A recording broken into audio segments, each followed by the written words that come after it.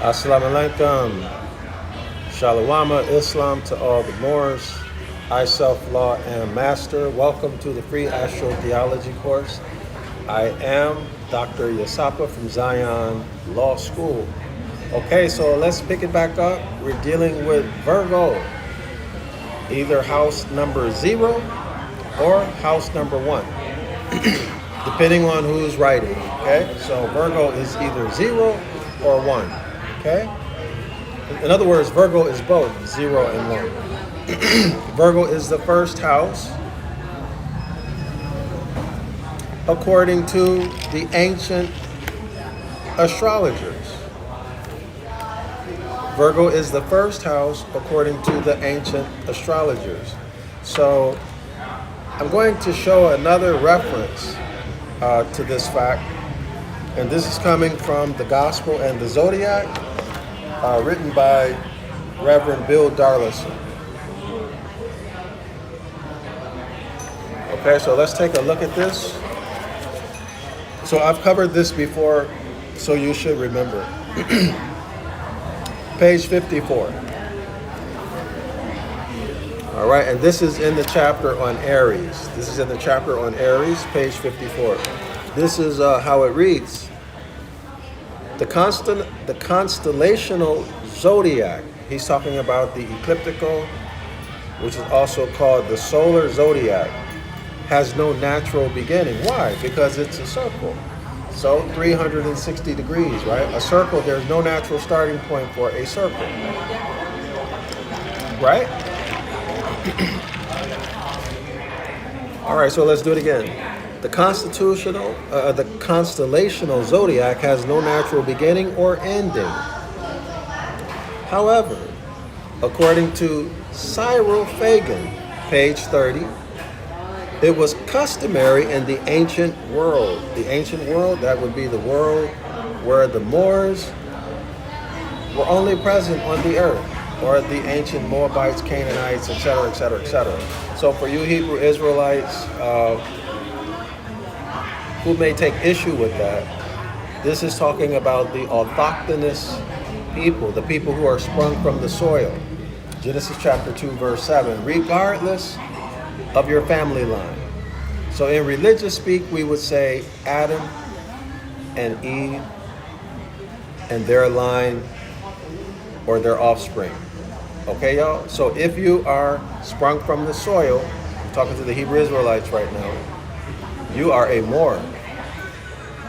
Look in the Black's Law Dictionary, look up land, and you will see Moor, M-O-O-R, as a meaning of land. Okay, so that should deal with that issue. There should be no more debate or controversy or issue with this word Moor and what it means. Okay, it is a nationality, a bloodline connected to a landmass or connected to a specific landmass, a specific heritage. Right? A specific heritage. So the Christians and the Hebrew Israelites, you guys would say the 10 Commandments and the Most High statutes and laws. All right? Etc. Etc. All right? So anyway, so that issue is done. So it was customary in the ancient world to begin the circle with the zodiac, to begin the Mazarak, the Zoad, with the zodiac. With Virgo. So it was customary for the ancient Moors, for the ancient autochthonous people who are sprung from the soil in Genesis chapter 2, verse 7, to begin the circle, to begin the Mazarak, the Zoad, with Virgo.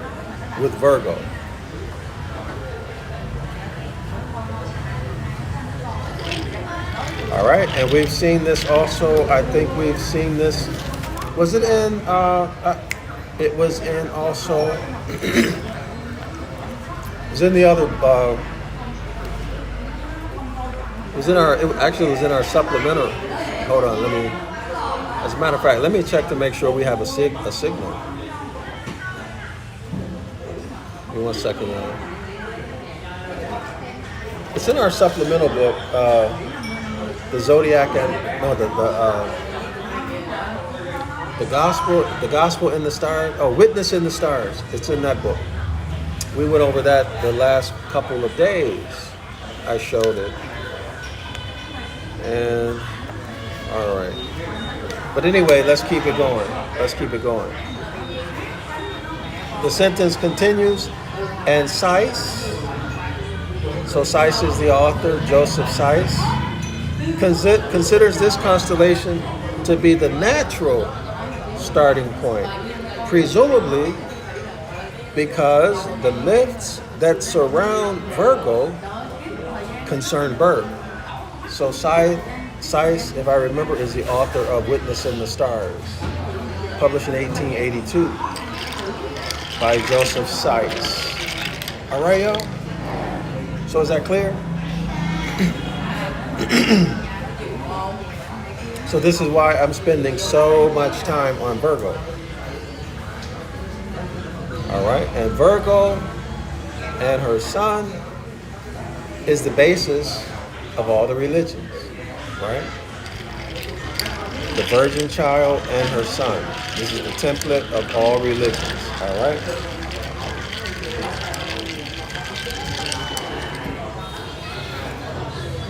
Anyway, let's continue.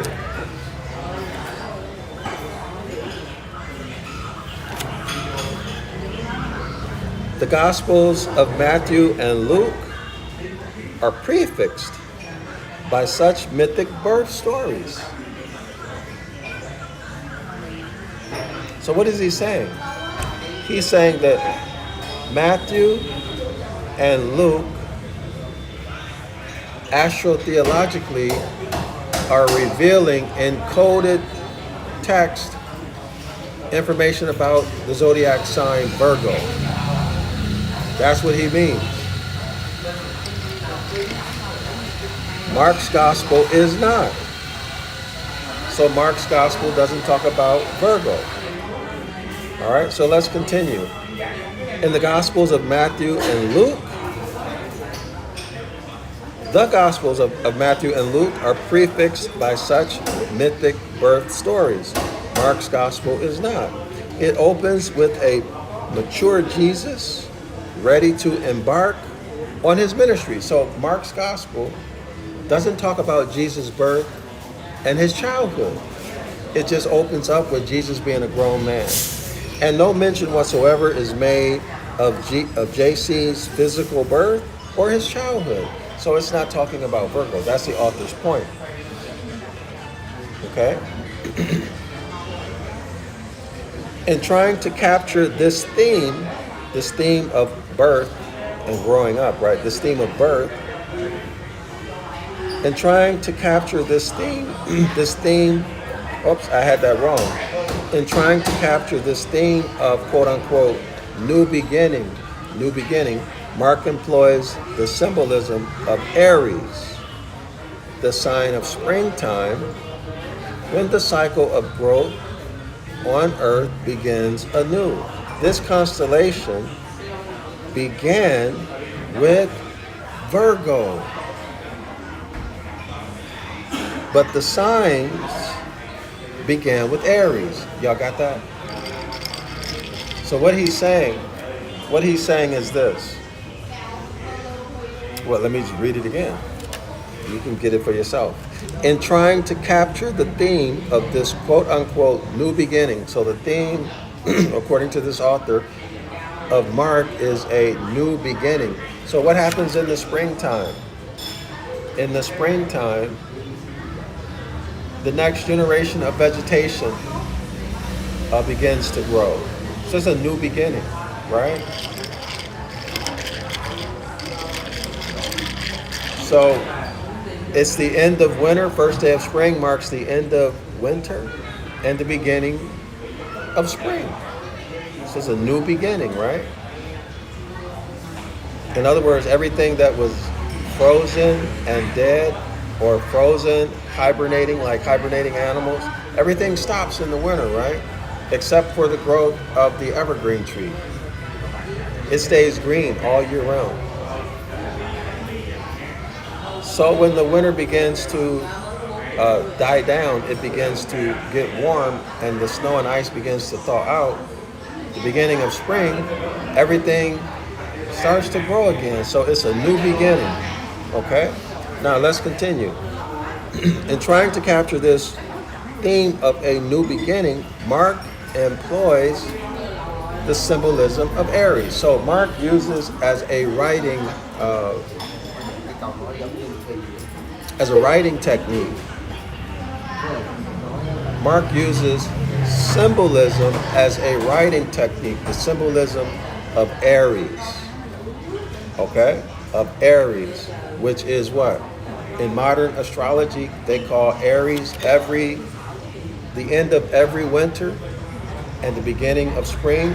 According to modern astrologists, that always happens in Aries. Okay, Aries is the first sign. This is what he's trying to say. Now let's continue. The sign of springtime, when the cycle of growth on Earth begins anew. So that's the cycle of vegetation and growth on Earth, okay? The animals wake up, everything that I just said. Now, the constellation began with Virgo. Let me repeat that. The constellations, that's all 12, begin with Virgo. In other words, Virgo is either the first constellation or number 0. The constellations began with Virgo, but the signs began with Aries. In other words, Virgo, all 12 constellations. You don't have to think about the season, winter, summer, spring, and fall. That's not what we're dealing with. This is what the author is saying. What we're dealing with when we just talk about the 12 zodiac signs, we're talking about Virgo being the beginning, the first. So it's either 0 or 1. Why? Because Virgo deals with a woman giving birth to a child, to a man-child, as they used to say on my mother's side of the family, a man-child. All right? Y'all see the difference? So, when we look at the constellations, the zodiac signs by themselves, without consideration for the time of year, winter, summer, spring, and fall. We just look at the zodiac signs by themselves. The first one, it'll either be 0 or 1. The first one will always be Virgo because it begins with a woman giving birth. All right? And this woman giving birth, this woman and her child, Virgo, is the template used by all religions. Okay?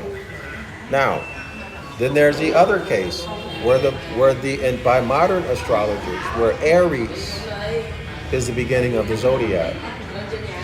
And Aries is the beginning of the zodiac because it marks the first day of spring. Do y'all see the differences? Okay. So let's continue. So Ptolemy, who wrote only 100 years or so after Mark, and whose work reflects the astrological traditions of antiquity. So the author is telling us that Ptolemy's works were written based upon the ancient Moors, the ancient Moabites, the ancient Canaanites, the ancient offspring of Adam and Eve, according to the Bible. Ptolemy wrote his books based upon that astrology at that time. Okay, not modern astrology. All right. So he continues. Ptolemy tells us that, quote unquote, although there is no natural beginning of the zodiac, since it is a circle, the Maserat, the Zoad, they assume the sign, or they assume Virgo. They assume that the sign that is Virgo, which begins with the vernal equinox, that's springtime. Vernal means spring. Vernal equinox, where there's 12 hours of daylight, 12 hours of night, and the sun is coming from the south it's ascending from the south, and it passes over the celestial equator. Okay, so when it passes over, that's called the Passover for the Jews, and I think it's the first Sunday after that is Easter for the Christians. All right, so that's the vernal equinox. So JC says, verily, verily, I say unto you. Actually, when you look at that word verily, it means spring. Okay, so the vernal equinox, that of Aries, is the starting point of them all. Oh, I have to read that again, y'all. Hold on. Ptolemy, who wrote only 100 years or so after Mark. So the book of Mark is supposed to be 100 years or so older than Ptolemy's works. All right? So Ptolemy tells us that, quote unquote, although there is no natural beginning of the zodiac, since it is a circle, they assume that the sign which begins with the vernal equinox, that of Aries, is the starting point of them all. So Ptolemy is telling that it was assumed that Aries is the starting point of the zodiac because it began in spring. But again, the ancients reference Virgo. All right? I wish he would have made that more clear. Let me go into the next paragraph. It is possible that Mark knew of the virginal conception stories, since these would be a part of the esoteric tradition inherited by all evangelists. So y'all see that? So Ptolemy knew that. All right, Ptolemy knew that.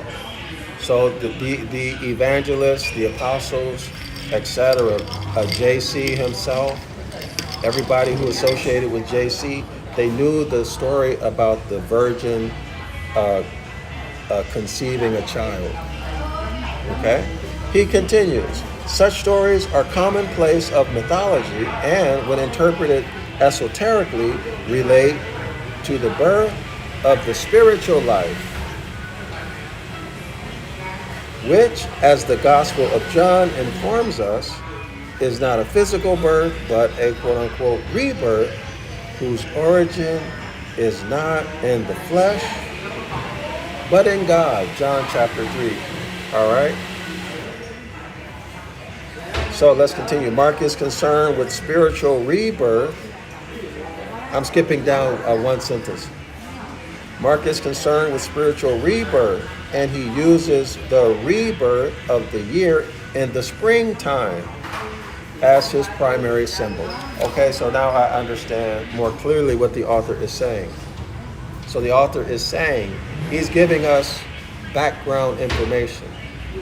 He's saying, at the time of the Gospels, when Mark wrote his Gospels, he wrote it considering Aries as the first zodiac sign. But the author is informing us, giving us background information, that the ancients began their zodiac with Virgo, without consideration of the time or the season of the year. Is that clear, y'all? Is that clear? All right. So now, let's go into the Devil's Pulpit. And actually, I'm excited to go into the Devil's Pulpit. This is one of my favorite books. Y'all forgive my book is beat up, but I'd rather have a beat up book than a book that looks like it's never been opened. So this is the Devil's Pulpit, Astro-Theological Sermons by the Reverend Robert Taylor, B.A., and a sketch of his life. Sketch of his life simply means his biography. All right, and astronomical introduction. Y'all really need to get this book. This was published in 1857. There's a link to the free PDF in the description area of the video. And listen, y'all, I would like for y'all to support my project to write the book of the law in Ancient Ibaryath and Modern English. Actually, I'm going to paraphrase some things that the Prophet Noble Drew Ali said.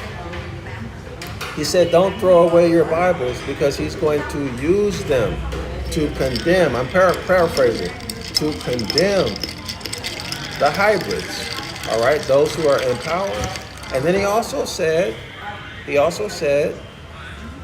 to change the people's mindset, you have to change their literature. You have to change the literature. And you know our people are all Bibled out, right? If I can use that expression. They're Bibled out. Lost in the sauce. Believe in all kind of things and can't get along because they have different beliefs, different doctrines, right? So we need to correct the book of the law, and that's what I'm going to do, but I need y'all's support to do it. Look in the description area of the video. You're going to see the corrections that I'm going to make. I'm going to show the astrotheology. I'm going to show the Hermetic Laws. And there's a whole lot of other stuff that I'm going to do if y'all support the project. So look in the description area of this video if you feel in your heart to support the work that I'm doing for our people. All right, y'all. So turn to page 126. Is it 126? Hold on. So we need to go to Virgo Paritura. Oh, page 129. Page 129.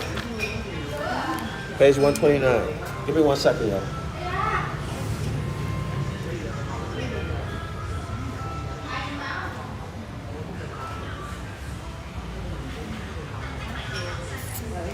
All right. Let me just check the signal. For some reason, my phone is locked up. Whenever I go live, y'all, I have problems with my devices.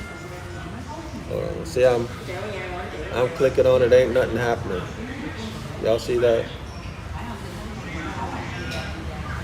So we've been going at it 22 minutes, and I tried to open this up 22 minutes ago. So what can you learn from that?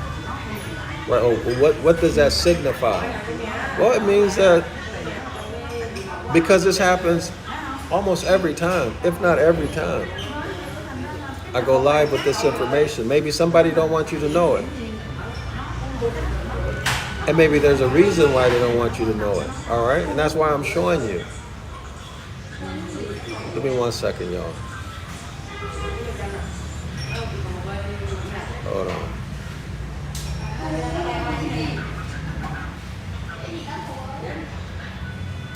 Paritura. I think I misspelled Paritura. I put an I before the A.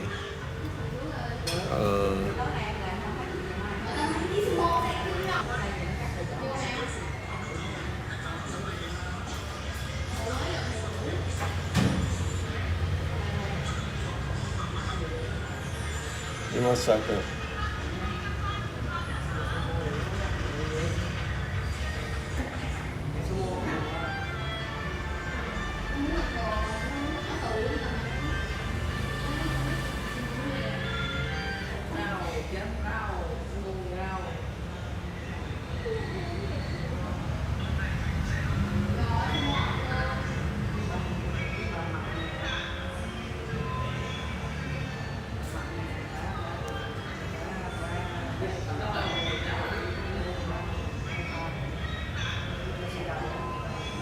Hold on, y'all.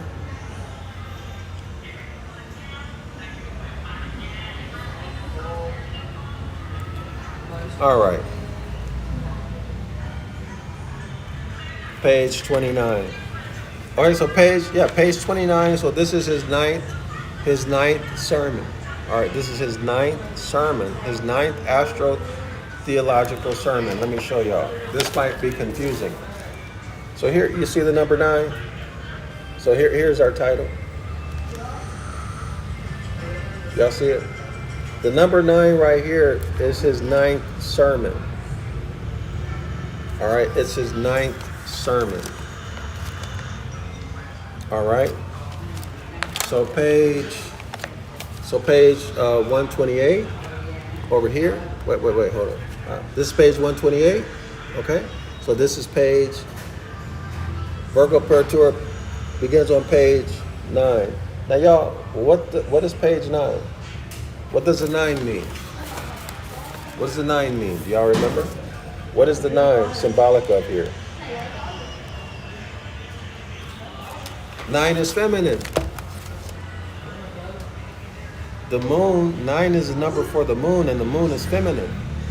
The earth, Mother Earth, is feminine. Oh, all right. I'm glad. So let me show y'all what I was talking about when we talked about inheritance. Inheritance. I turned right to the page. All right. So it must be meant to be. So we look at the word terrestrial. Terrestrial means earth, mother of all things, substance. Let me show y'all. So I looked these up. Y'all take a look at these meanings for terrestrial. So the reason why I did this, y'all, hold on.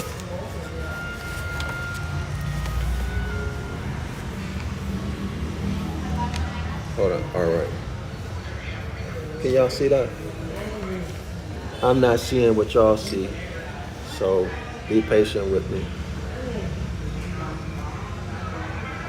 I don't know if y'all can see it. Ah, there we are. It's over here. Can y'all see it? Terrestrial. Y'all take a look at all of that.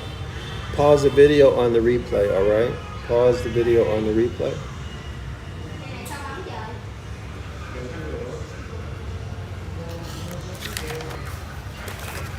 So we got to deal with this issue about inheritance. That's the point. Inheritance, okay? Inheritance. So the Moors are the rightful heirs, the heirs apparent, okay? So we should inherit property from one generation to the next. Clear? To block that inheritance means what? Well, what are the ways, let's say mechanisms, that's a better word. What are the mechanisms to block the inheritance? Well, one is corruption of the blood of the covenant, corruption of the blood of the contract. In other words, so that's the religious speak, right? Or commit a felony. Commit a felony, a crime, a high crime punishable by death, physical or civil. Physical or civil, Deuteronomy chapter 5, verse 9. Right? 9 plus 5, or 5 plus 9 is 14. 14 is 2 sevens. Universal harmony, right? Completeness. That's justice. The execution of the law. Okay? Without failure, you cannot overcome it. All right?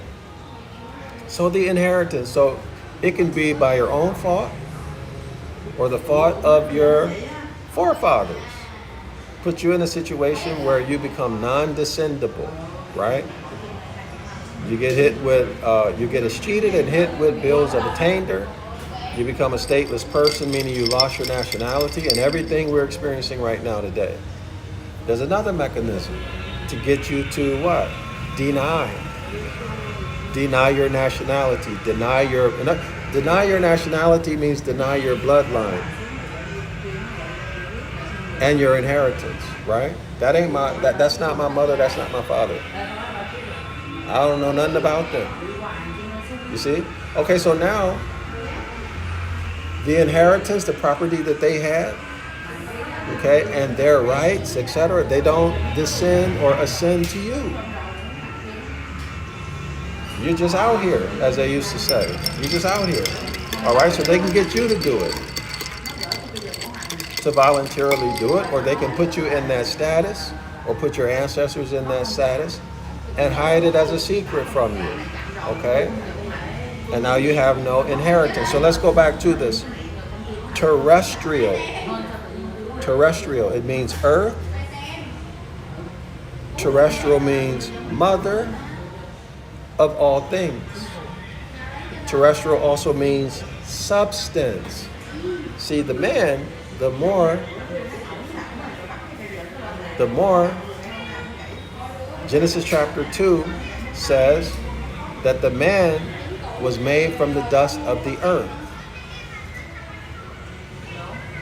So that means that the man is made from earth, from land. Right? Noble Drew Ali tells us that man is thought made manifest from the soil. That's Genesis chapter 2. Black's Law Dictionary tells us that one of the meanings of land is moors, M-O-O-R-S. Okay? Which is what? Aboriginal, meaning original, the father, the original father. That's what that means. It means the original father. Even though it's been made into something derogatory these days, like ab as in abnormal, the abnormal original. Okay? It also means what? Indigenous. So Black's Law Dictionary will tell you that land means moor, and moors are land. The two terms are synonymous. They mean the same thing. Now, it's a well-established principle in law.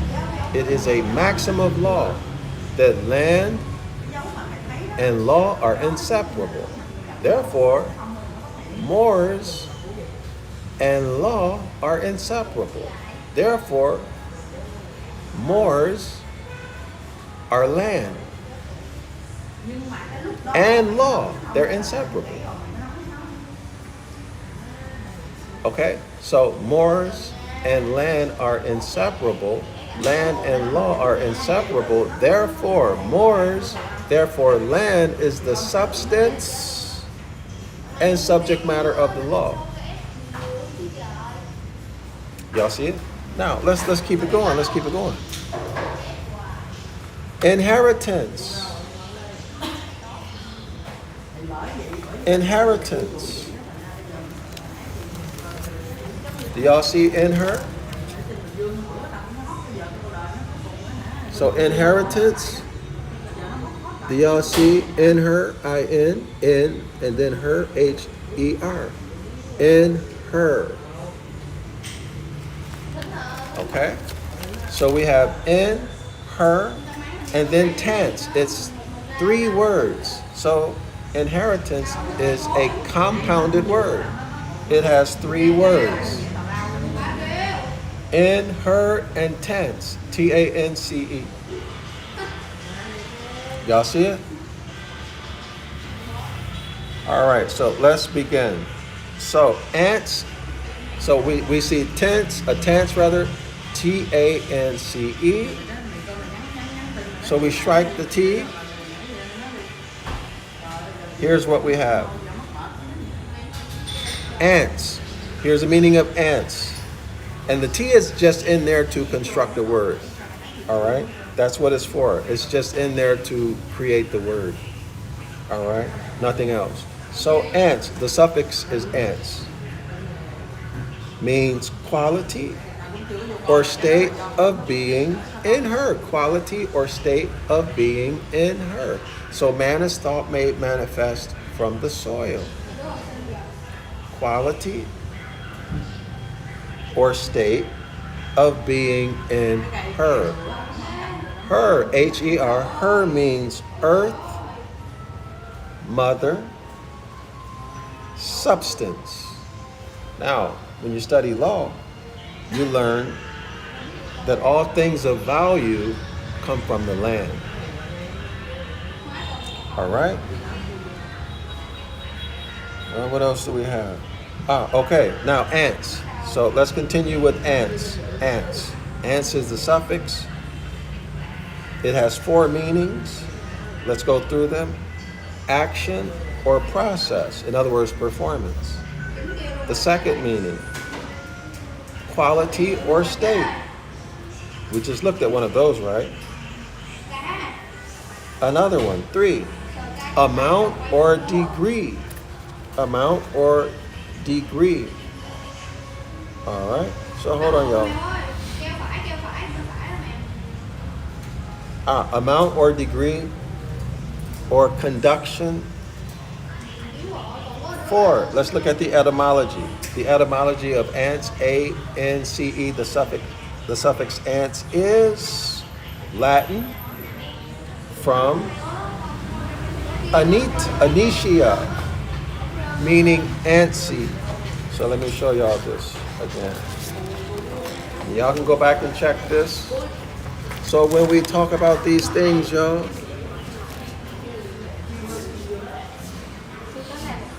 when we talk about these things, when we talk about inheritance,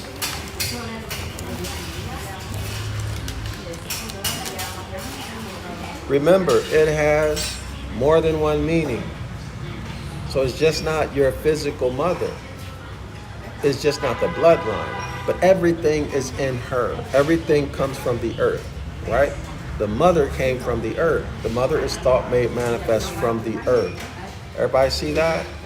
The earth is feminine energy. The moon is feminine energy. The sun is masculine energy. So now we're dealing with the Hermetic law of gender, masculine and feminine energy. So the masculine energy, or the number 6 rather, is the sun sun, right? Which is electric. The moon is feminine, which is magnetic. So the moon is number 9, which is a letter 6. I don't know if y'all can see that, which is letter 6 turned upside down. All right? So letter 6 turned upside down. So masculine energy, feminine energy, these are what? Opposites. So this is the great law of opposites. This is our Hermetic law of polarity. Everybody see that? Everybody see that? Okay. Virgo Paritura. Page 129. Sermon number 9. Virgo is a woman, right? Well, actually, let me. Virgo is depicted as a woman. All right? Virgo is feminine energy, therefore the number 9. There's your numerology. Y'all see it?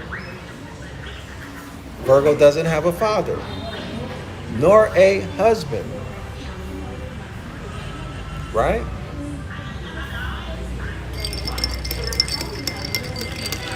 But yet she bears a man-child. Right? Right? As a matter of fact, let me see if I don't want to get, I'm going to review, I think we did this last class, but I kind of enjoy it. So I want to review it. You know, to repeat something is a good thing.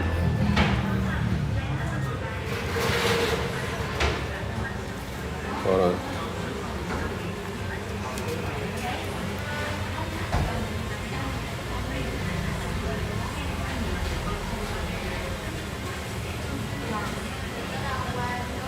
Give me an example. What I'm looking for is, I think it's on page 36 of the Clock of Destiny, Volume 2. Is it page? That's the Zodiac Constitution. I need the Clock of Destiny. Hold on. Clock of Destiny, page 36. Is it 36, Sean?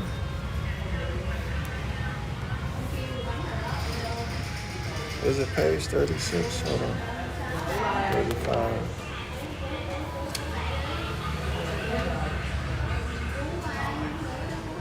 What was my thought? Okay. Yeah. So this is kind of what I wanted.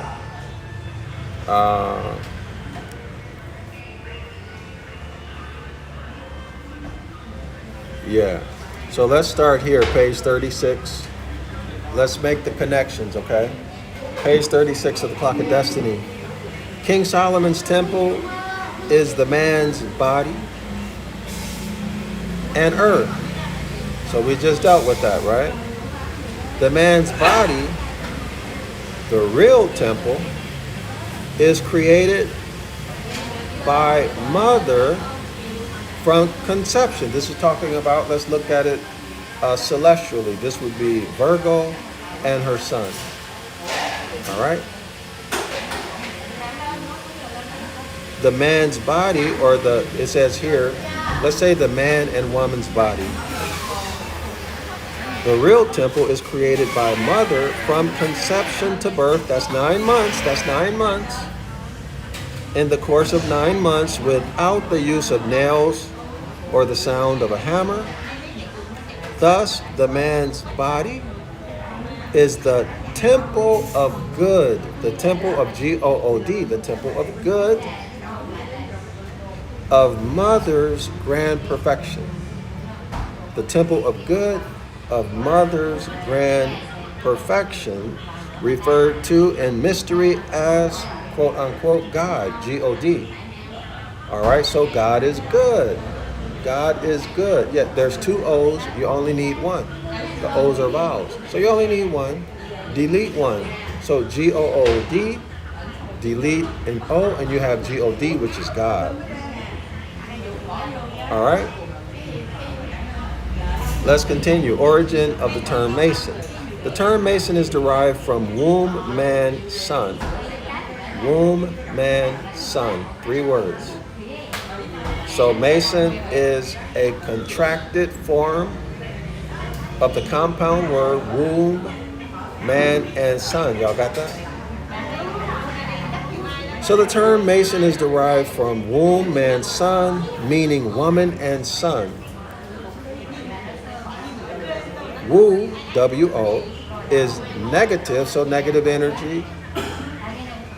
Negative energy, the Hermetic Law of gender, negative mental energy.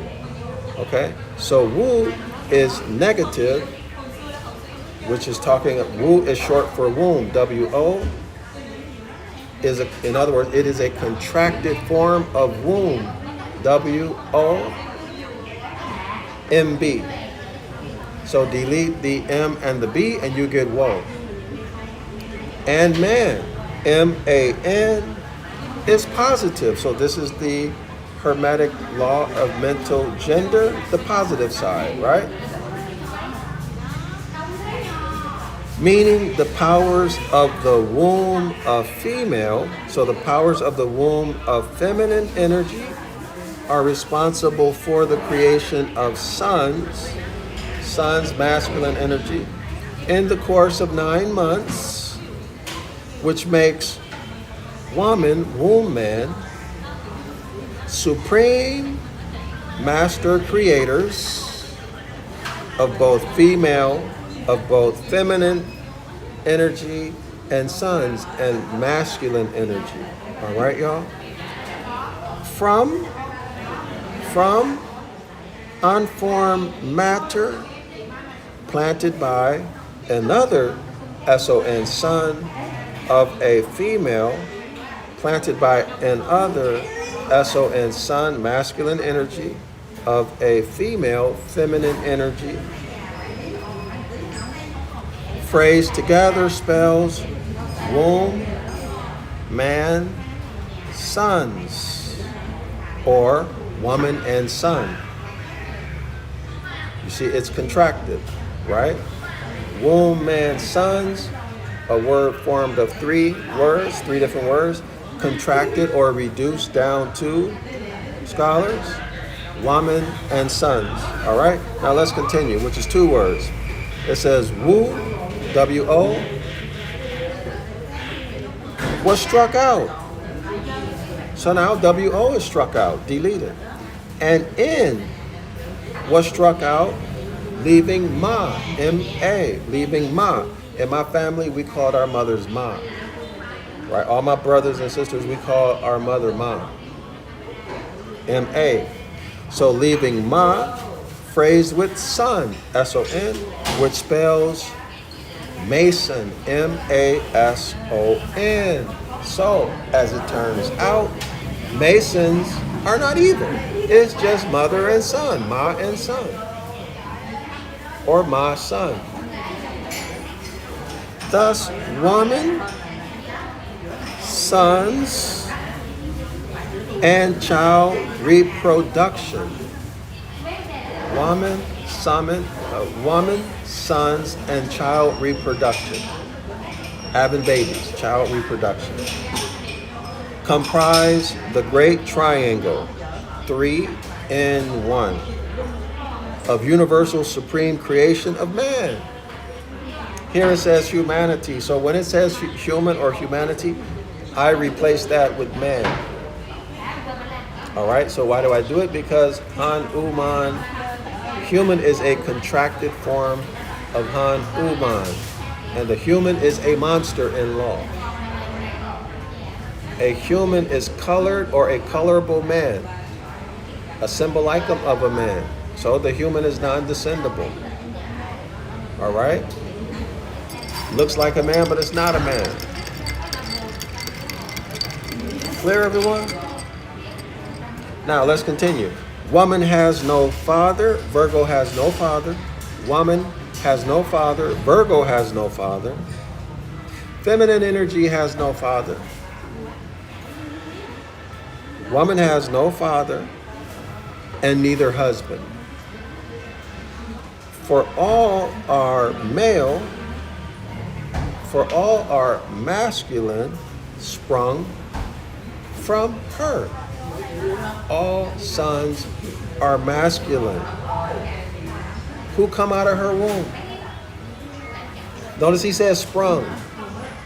Sprung from her. Her is also what, y'all? Terrestrial. Terrestrial means the earth. Her inheritance. Y'all remember we covered that?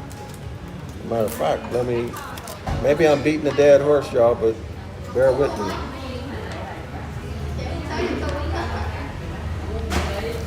Terrestrial means earth, mother of all things, substance, inheritance, in her tense, delete the T, you get the suffix ants. So in her ants, quality or state of being in her. Her means earth, mother, substance. But keep in mind, all value in law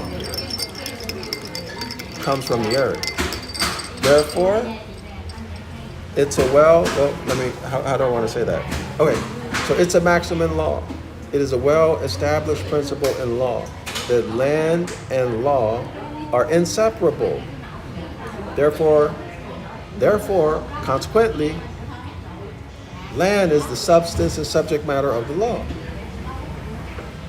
Moors are land by lawful definition. Thus, it is a maxim of law. It is a principle of law. It's a well-established principle in law that Moors and law are inseparable. Therefore, Moors are the substance and subject matter of the law. Y'all see it? And then suffix ants, action or process. Inheritance, action or process. The action or process of passing property, which includes rights, birthrights, nobility, passing it to the next generation, passing it to your heirs. Quality or state. Quality or state. Well, that could be your state of mind, right? The state of your affairs in relation to your property, amount or degree. How much you got? How big, how large is your inheritance? For example, and then etymology of ants, Latin, from Anitia, A-N-T-I-A, which is antsy. Is it clear, y'all? So this is the relationship to inheritance, to Virgo, to woman, to the feminine energy, woman. All right? So he continues, where a woman comes from, where Virgo comes from, no one knows. No one knows where this woman came from? No one knows where that feminine energy came from.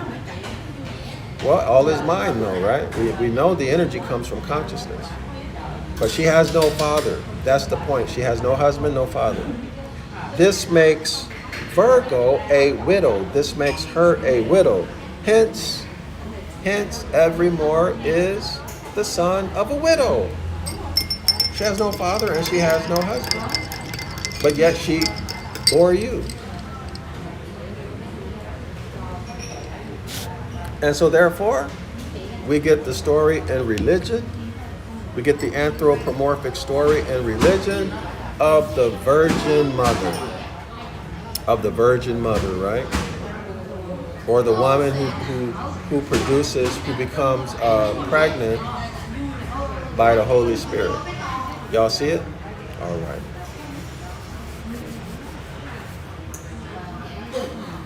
Is there something else? Okay, so yeah, let's finish that up. Let's go into the Devil's Pulpit now. Actually, I think this is probably more fun for most of the audience. All right. So here we go. Virgo Paritura, page 129, lecture 9, by the Reverend Robert Taylor, B.A. In the second article of our Holy Church's most holy creed, falsely called the Apostles' Creed, falsely called. In other words, they lied to you. Falsely called the Apostles' Creed are these words. So here's some words we're going to find in the Apostles' Creed, quote unquote. And in Jesus Christ, his only Son, our Lord, who was conceived by the Holy Ghost, born of the Virgin Mary, end quote. So make your connections, scholars, make your connections with the information we just covered. The sentence above that we just read, the sentence is governed in the construction by the initial verb, I believe. In Latin, credo. Whence the whole matter which follows is called the creed. In other words, the Reverend Robert Taylor here is telling us that creed means believe. The apostles' belief. Belief. Not what they know, not what you know, not the facts. It's belief. And if you give full credit to a belief, you are bound to suffer. That's just the way nature works. You need to know. But anyway, let's let the author continue to speak. And the credulous person, giving credence to this creed, professes himself to believe or take for sooth and true every article contained in this creed. Now, let's look up the word credulous. See what we come up with, y'all. Credulous. Think full faith and credit. So credulous. Oops, hold on.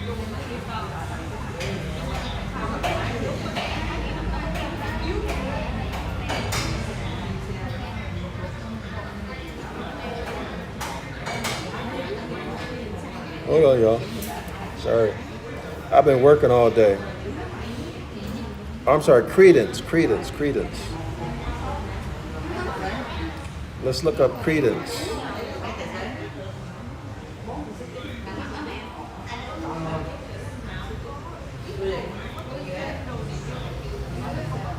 Credence, noun, acceptance as true or valid. Belief, synonym, belief. Credence, credibility, plausibility. I don't know, but it sounds true. It might be true. Okay, if you say so, okay, I accept it. Y'all take a look.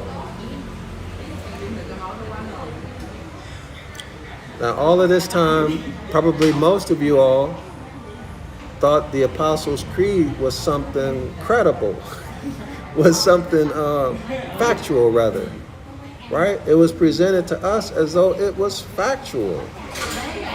Turns out that it ain't nothing but a belief.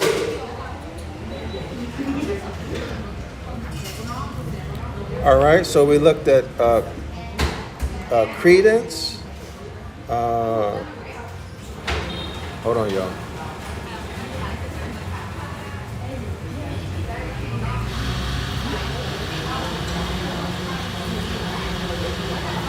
Creed.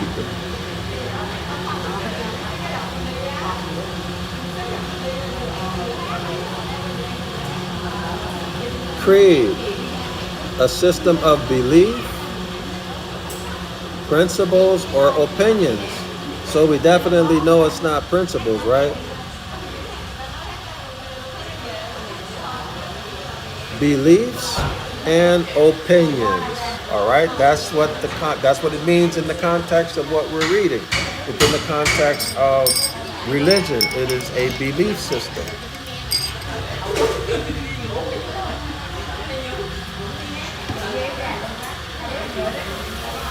So let's keep it going. Credo. We need to look up credo. Credo. Oops.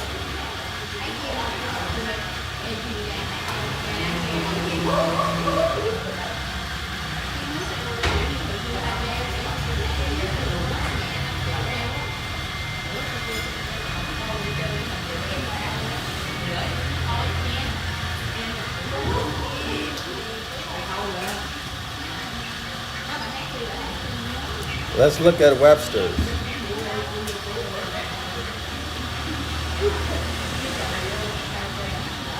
Credo.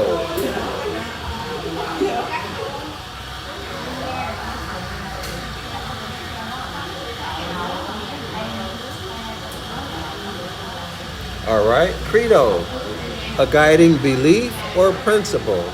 In this context, it's talking about a belief, right? In fact, let's take a look here. Y'all read that, please.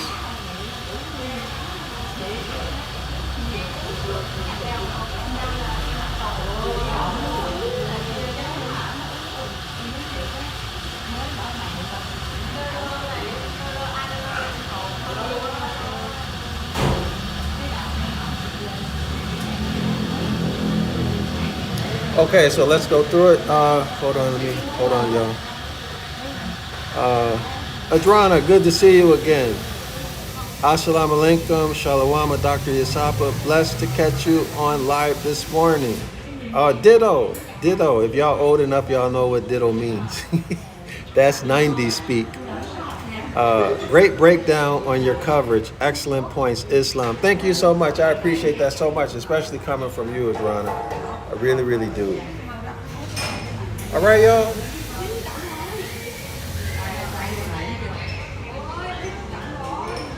Now, do y'all see that the first half of the meaning, and this is common. What I'm gonna, this trick is common. The first half of this definition talks about beliefs. The second half gives you the totally opposite meaning of a belief, which is a principle. See, principles are bound in nature. Principles come out of nature. Beliefs don't. Beliefs can be against nature, all right, or out of harmony with nature. So to confuse you,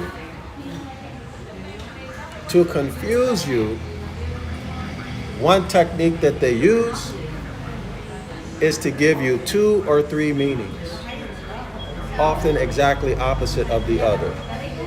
But when you use your critical thinking mind, if you're willing to do it, if you're willing to use your critical thinking function of the mind, you'll realize that a belief cannot be a principle, ever. Ever. All right? So, what happens? If you are different than most other people, and you say, let me look this word up and see what it means. Well, now they've given you 2 meanings or 3 meanings. Y'all see it? This is what they do in modern dictionaries, especially online dictionaries, to confuse you. So therefore, when you go back to the text and try to understand what the word means in the context of the text, it's very difficult to figure it out. You've got to be, I don't want to say a free thinker, but you've got to be out from under the spell in order to see it. Because a religious person is going to say, oh, it means principles. Y'all see what I mean? Or they'll say it means principles and beliefs. I'm confused. Okay, well, I don't understand it. The preacher knows what he's talking about. The general knows what he's talking about. I'm just going to go with what they said. And most people won't even take it that far. All right? But anyway, so that's a common trick that they use. Anyway, to deceive you and to confuse you, to make you give up. Or to make you just accept something because you don't understand it. Right? And when you are heavy under that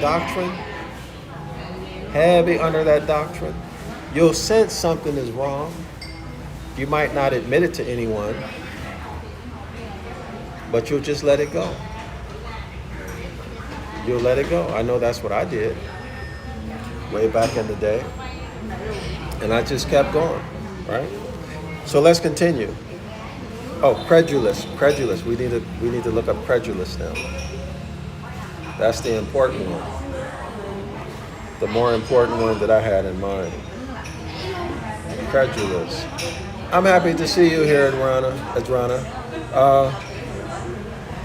Credulous. Take a look at the meaning.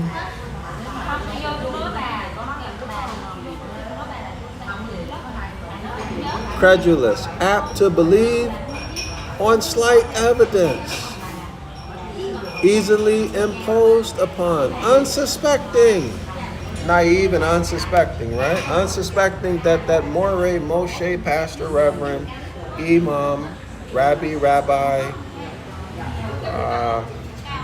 Hebrew Israelite this, Hebrew Israelite that, Christian this, Christian that. You don't think, you never suspect that they would mislead you.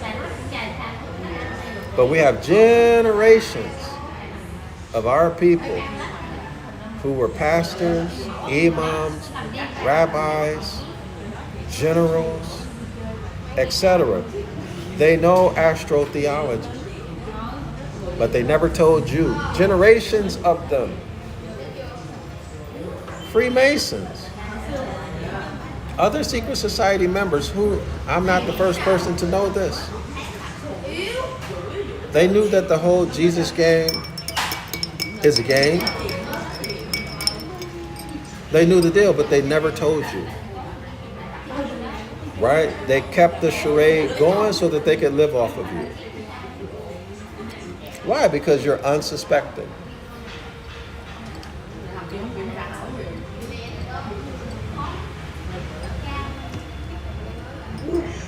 And most of our people don't know how to read, as educated as you are.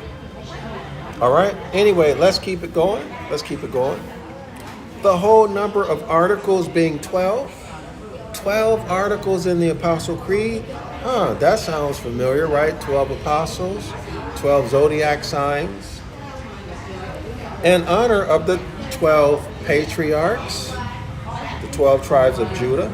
In honor of the 12 tribes of Israel. In honor of the 12 gates of the heavenly Jerusalem.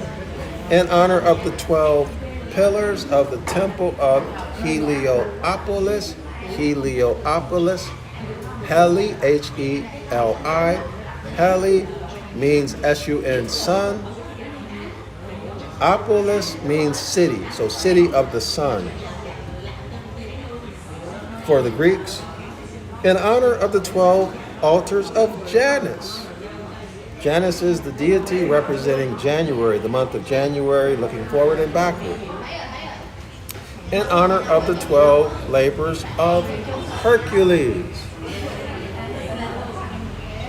And actually, in fact, the 12 labors of Hercules is telling the same story that the Sun sun tells as it goes into one zodiac sign, passes through it and out of it, enters the next one, passes through and out of it, continuously from the first, from Virgo to the last, from Virgo to the last, forever, ever, and ever, ever. This is the same story as the 12 labors of Hercules, which is the same story of Jesus, JC the Christ figure, going throughout all of these places, doing his ministry, doing his Father's will.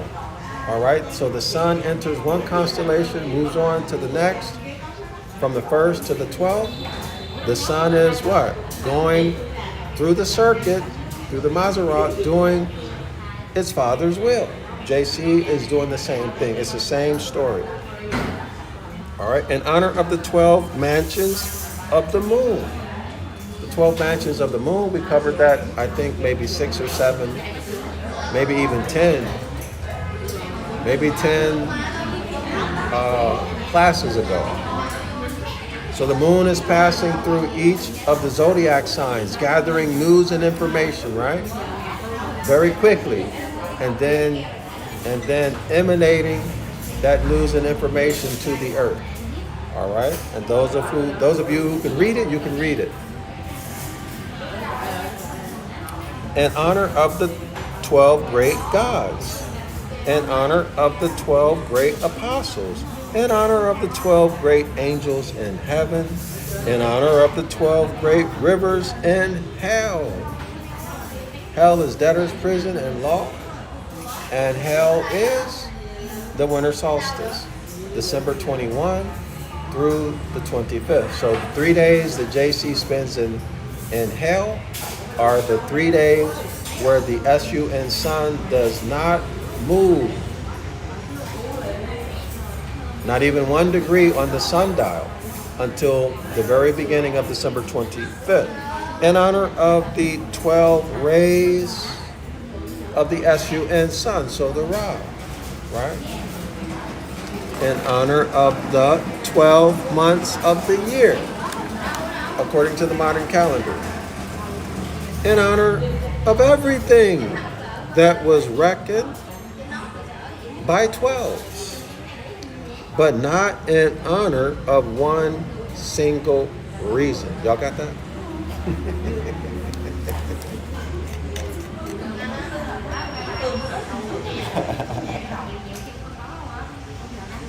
Ain't got nothing to do with logic. That's what the author is telling you. There's no reason. What's the reason? They just give you metaphors and symbols. But what's the reason? They don't give it. But we bought it. Right, y'all? We bought it. Hook, line, and sinker. I must, for the present inquiry, beg to suspend your curiosity upon the nail of vulgar apprehension.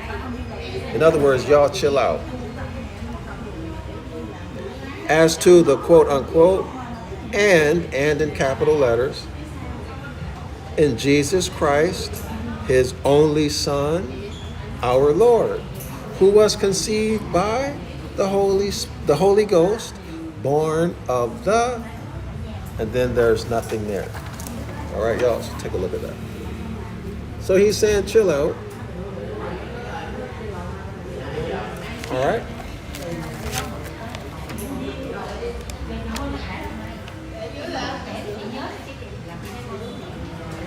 So chill out, wait a minute.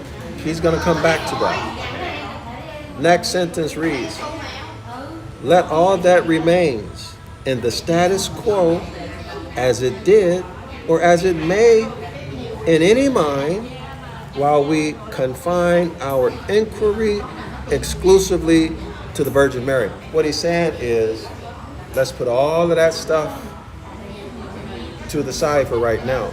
Let's focus our attention on the Virgin Mary. All right? We're not going to deal with JC being the son, the only son, right? And our Lord. We're not going to deal with that right now. We're not going to deal with him being on a cross, nailed to a cross. We're not going to deal with anything that has to do with the son. Let's focus in on the Virgin Mary. We're on page 130. So here he's taking us into critical thinking questions. Critical thinking questions. All right? So this is something, y'all, we need to develop this skill as a people. If you develop this skill, this will save you a lot of heartache and a lot of loss, right? And give you a lot to be happy about. It also free your mind. It'll break you from under that spell, that God spell. All right? Question number 1. Critical thinking question number 1. As a matter of fact, let me look up, let's go through critical thinking.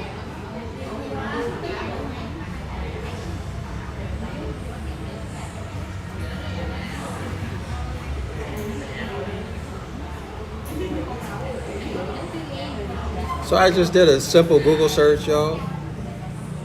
Critical thinking is the analysis of available facts, evidence, observations, and arguments in order to form a judgment. Come to a conclusion, right? By the application of rational, logical reason. By the application of logical, skeptical. That means I'm not credulous. I'm not just going to accept it as being true or probable, right? I'm going to make a decision based upon facts, evidence, and my observation. He continues, skeptical and unbiased analysis and evaluation. So this critical thinking is that function of the mind you should use before giving anything full faith and credit. All right? It should pass your critical thinking test before you give it full faith and credit. If it doesn't, do not give it full faith and credit. Don't be a fool. Don't be a child in a man or a woman's body. All right? This is what the author is telling us. Critical, I don't like that definition. Hold on.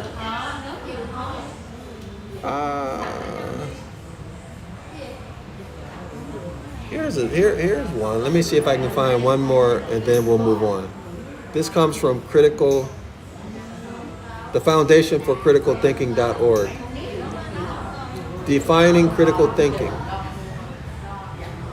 Critical thinking, the awakening of the intellect to the study of itself. Wow.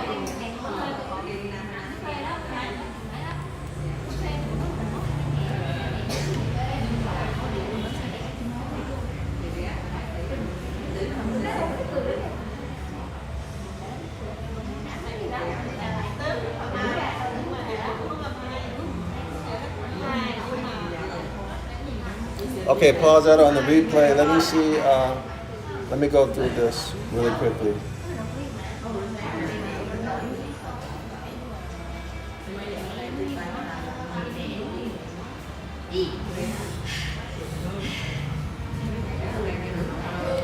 All right, so let's go through this definition from this website. Y'all take a look at this. Pause it on the replay. All right, pause it on the replay.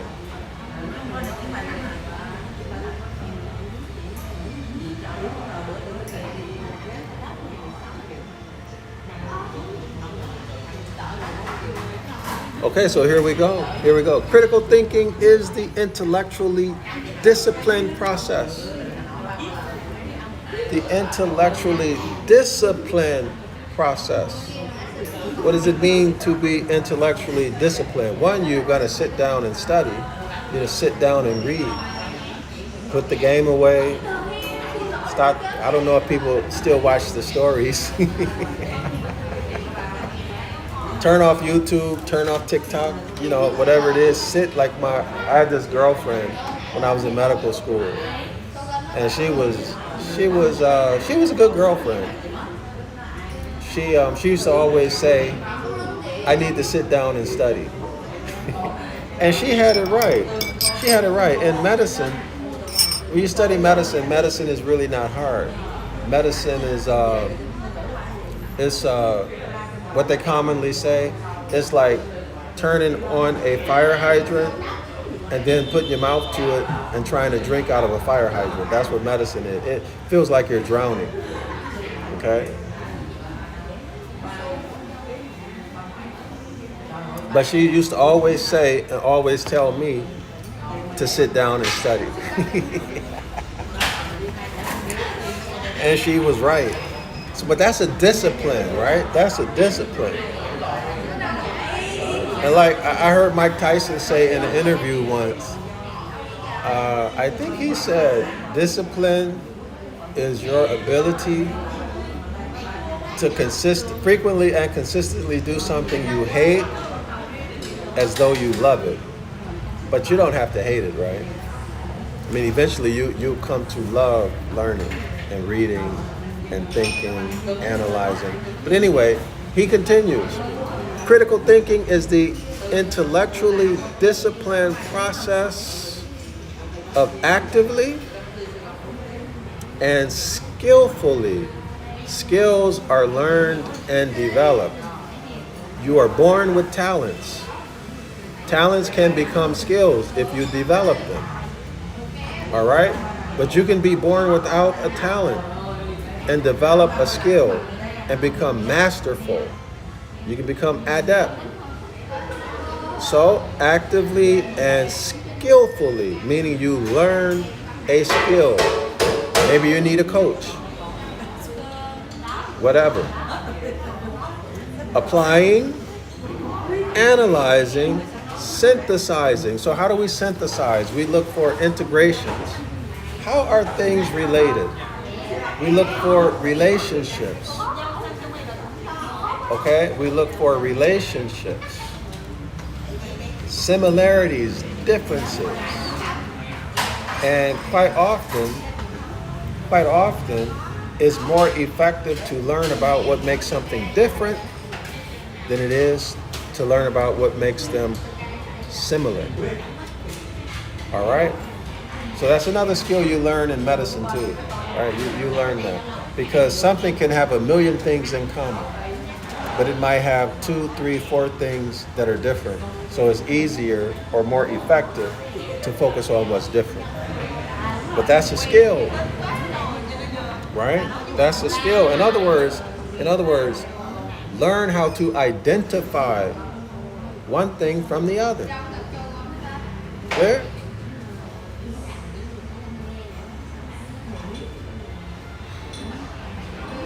All right, so skillfully conceptualizing, getting an image in your mind, a visual image in your mind, okay?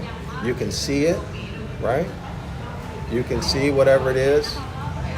Conceptualizing, analyzing, applying. How do we use it? Or how is it used? So y'all might notice that when we go through the astrotheology, we go through the Hermetic Laws, and then I pull out what? I might pull out the Constitution. I might pull out our treaty, 1836. I might pull out the Affidavit of Fact, right? And show you how it applies. In other words, how do we see it? How is it seen? How is it observed? How do we use it as a tool? How does someone else use it? Let's look at it. Let's listen to it. Okay, y'all? He continues, and or evaluating information gathered from or generated by, so gathered from a book, gathered from a website, all right, y'all, whatever the source might be, or whatever the location might be where you're getting the information. Maybe it's a de facto court, maybe it's a library, or generated by, who produced, who curated that information, by observation, experience, reflection. Reflection is when you sit back and you just think, you remember, you imagine, etc. Reflection is done in the mind. Reasoning, okay, reasoning, that's simple logic, right? Reasoning. Or communication. As a guide, not beliefs, y'all. Beliefs is not in the definition. Facts, evidence, logic, reason, okay? Beliefs, religious doctrines, are not in the definition of critical thinking. Uh-oh. I spoke too soon. Listen to what he says. As a guide to belief and action. I disagree. It is not a guide to belief and action. It is a guide to knowing. And this is another instance where they're using a contradictory word, a word that has the exact opposite meaning. Y'all see that? This is an example of what I was talking about earlier. Okay? A guide to knowing something and action. I hope y'all see that. It is in its exemplary form, it is based on universal intellectual values that transcend subject matter divisions. In other words, it's based in natural law. Clarity, accuracy, precision, consistency, relevance, sound, evidence, good reasons, depth, breadth, and fairness. It entails the examination of those structures or elements of thought implicit in all reasoning. Then there's a colon. So here's what he's talking about: the elements implicit in all reasonings, in all reasoning: purpose, problem, or question. So the purpose, the problem or question at issue, assumptions, concepts, empirical grounding, reasoning leading to conclusions. See, this has nothing to do with belief. See, if you are thinking right now, you will see that it has nothing to do with beliefs. Objections from alternative viewpoints. In other words, you're going to look at the yay side of an argument and the nay side of an argument. Look at them unbiasedly. You're not taking sides. All right? You're leaving your opinion and belief at the door. All right? So, he continues, implications and consequences. So, law of cause and effect. Objections from alternative viewpoints. See, what are the objections and what's the basis for the objections? Right, in other words, what's the evidence? What are the facts? Are these objections reasonable? Are they logical? Or are they based on beliefs and opinions? If based on beliefs and opinions, then you don't use them. All right? Continue. And frame of reference. So, in other words, if someone, if Bobby hates Mary and thinks that Mary is bad and everything about Mary and her family and her life and her whole existence is bad, well, anything Bobby says about Mary, you should automatically say, so what? Because Bobby is biased. He doesn't see things clearly as far as they relate to Mary. Do y'all see that? Y'all see it?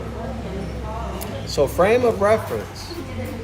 So if you think, let's say you have a car. This is when I was younger. Say you have a car.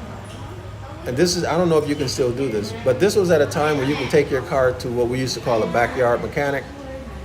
And then the backyard mechanic would fix your car. But there's some backyard mechanics, they think that the only tool you need is a hammer and a wrench. His frame of reference is a hammer and a wrench. And a screwdriver. He never has a Phillips screwdriver. So every problem he's going to approach with a flathead screwdriver, a wrench, maybe a pair of vice grips, and a hammer. That's his frame of reference. So are you going to take your car to him?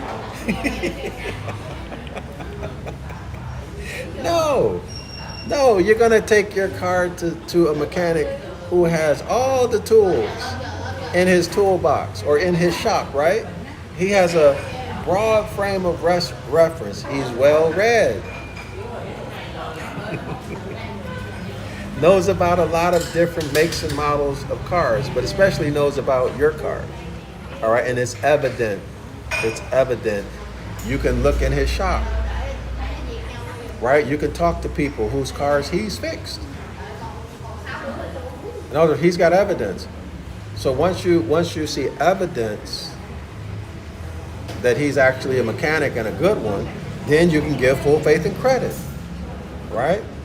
Critical thinking and being responsive to variable subject matter issues and purposes is incorporated in a family of interwoven modes of thinking, among them scientific thinking, mathematical thinking, historical thinking. Isn't this what we're doing? We're dealing with historical thinking, philosophical thinking, philology, right? Historical thinking can be secular and mythologic. And of course, we can't leave out astrological / astronomical thinking. The Hermetic Laws, natural laws, higher and lower, higher and lesser laws, okay? Critical thinking can be seen as having two components. One, a set of information and belief generating and processing skills. A set of information and belief generating and processing skills. I don't agree with that. I agree with a set of information, but this and belief generating, I don't agree with that. That has nothing to do with critical thinking. I agree with processing skills. All right? Y'all should know. Belief is critical. Belief, you being in the mindset where you need to believe, is critical to the health and maintenance of the oppressive, feudal system that has power over the earth right now. Once you stop believing, their system falls apart. You can believe that. Once you stop believing, their system falls apart. Nagin Walker writes, are there apostles today? Yeah, I see a lot of people who carry the title apostle today. You can just Google search. There's a lot of people who are holding the title apostle. Okay, so Nagin Walker is a troll. Nagin Walker writes, have you ever encountered a demon? Yes, maybe I'm reading the chat of a demon right now.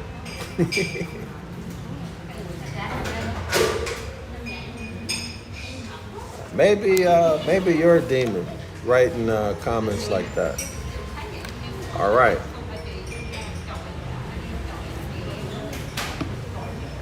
And what's your name? Nagin Walker. I'm not beyond talking about your mama. When I grew up, we played the dozens. All right, so if you want to, I'm probably not the one you want to joke around with, because I will make you laugh and cry at the same time. I come from a long history on my mama's side. of people who can laugh, make you laugh and cry at the same time, talking about you like.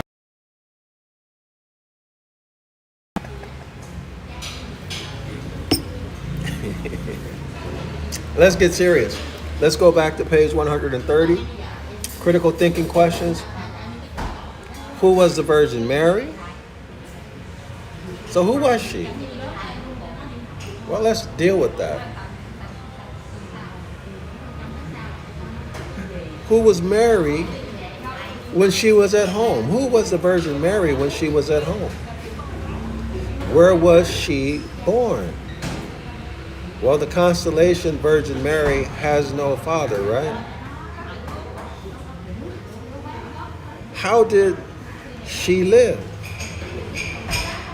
Where did she live? Where did the Virgin Mary, Jesus' mother, live? Where did she come from? Where did she go to? Why was she a virgin? Why was her name Mary? What does the name Mary mean? What is Mary to us? And what are we to Mary? Excellent questions, right? Now be honest, y'all. Be honest, y'all. How many of y'all, Christians and also you Hebrew Israelites, how many of y'all have ever asked any of these critical thinking questions or any questions of this sort about the Virgin Mary? Be honest. You don't have to put it in the chat. Just think to yourself. Be honest with yourself. Have you thought about this critically? This topic of the Virgin Mary? Most people have not, right? We just accepted it. We gave it full faith and credit without any critical thinking whatsoever. Let's continue. Why was it that we are so expressly and emphatically told, this is Luke chapter 1, verse 26, that it was in the 6th month that Mary received the visit of the angel Gabriel? And so here it is. The 6th month, reckoning March, the 1st month, being, as we all know, the month of August. Did y'all get that?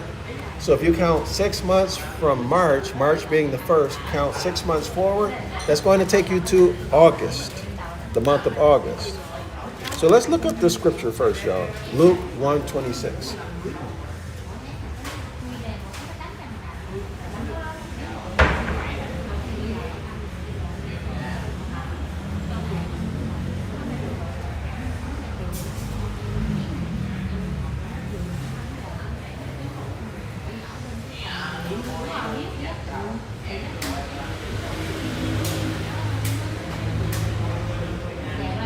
Okay, so Luke 1:26.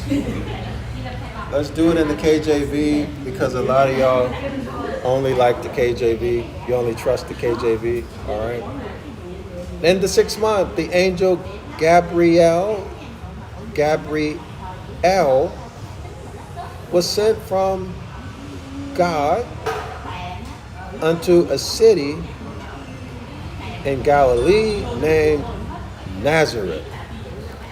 So who is God? We just talked about God, right? God is good. I am my mother's son, right? The Temple of Solomon is the temple of good, G-O-O-D. Delete a D, Temple of God. The constellation Sirius, the canine dog star, etc., etc., etc., okay? If y'all don't know what I'm talking about, just watch the big library of videos that I have and you'll get that, all right? Or keep tuning in and maybe one day I'll go over it in detail again, all right? So now let's continue. So the angel was who, y'all? Gabriel. Angel means angle, as in angle of light. And these angels or angles of light are messengers. See, the angels are messengers. The angles of light, the Ra, carries or is embedded with energy and information that can be interpreted by those who can interpret, and that our consciousness and our bodies interpret, right? We receive them, process them, and interpret them. These have to do with nativity charts and general conceptions of what a personality of a baby will be like, and also what they'll look like, the phenotype. Okay, yo? Angles of light. So the angle of light for Virgo is Gabriel. And L in this instance is talking about the Escheat and Sun, as in Helio or Heli or Heli, right? Heli. Y'all remember we did that?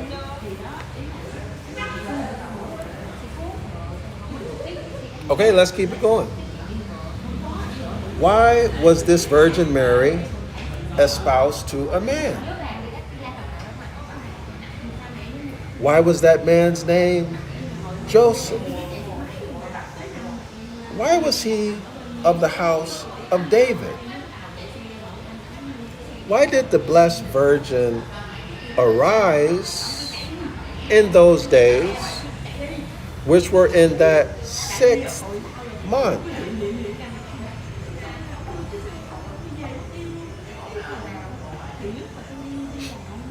Why did she go into the hill country? Why was that city of Judah, Juda, in which she appeared, situated on the hill country? That's a darn good question, right?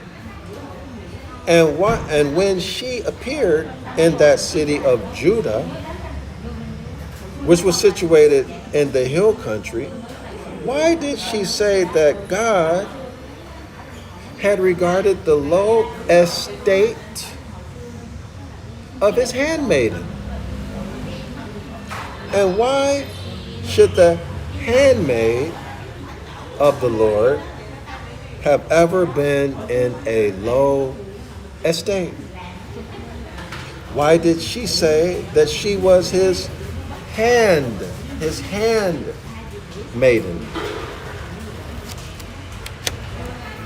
Not meaning, as God forbid we should think that she could mean, his handmaiden, but yet not his foot maiden, nor his head maiden, nor anything else but his hand maiden. So if we're talking about an estate, if we're on earth, we're talking about what? Space. Space. But let me not say, not space, but let's say an area, a geographical area. All right? A geographical area of land. All right? So, why is she referred to as the handmaiden? That's a darn good question. Why did she say that he had put down the mighty from their seats? That's a darn good question.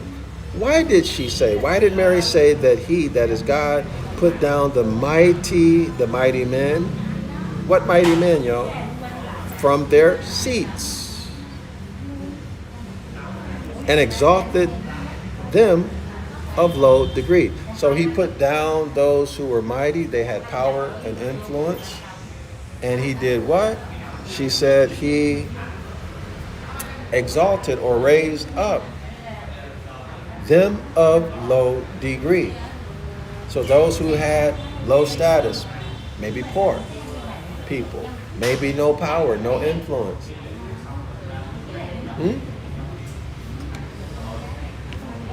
So why? Why did she say that? All right. Why did she talk about the hungry being filled with good things, and the rich being sent empty away. Such revolutionary and seditious language as has it been thrown out to the agricultural laborers of the present day would have exposed her to 2 years imprisonment in the Compter prison of this city, to pay a fine of 100.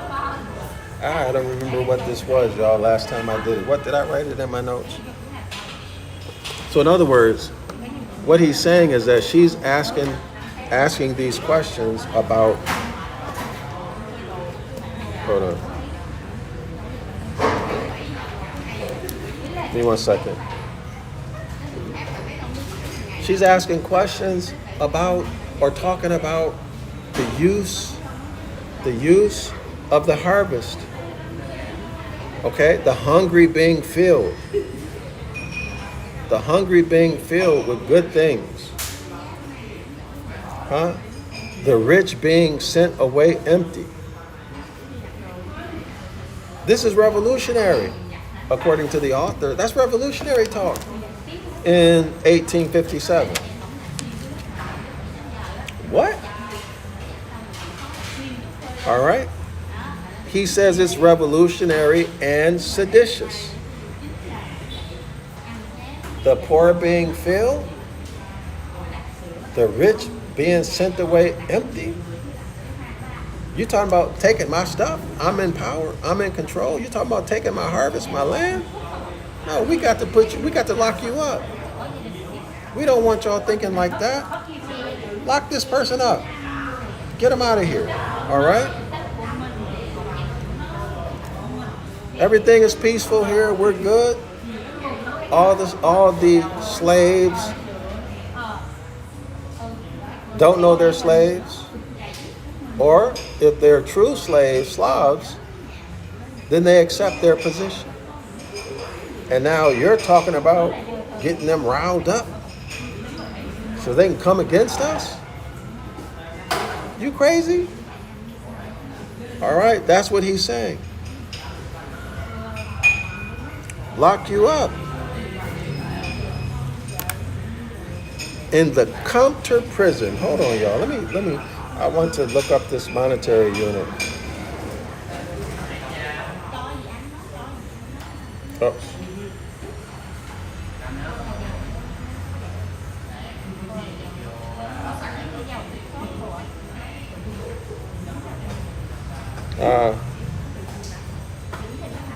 Anyway, I don't see it. I thought I wrote that down last time. Last time I did this.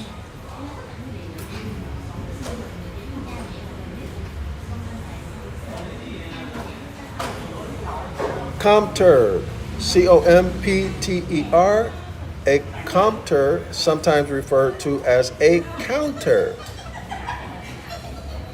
was a small English prison controlled by a sheriff.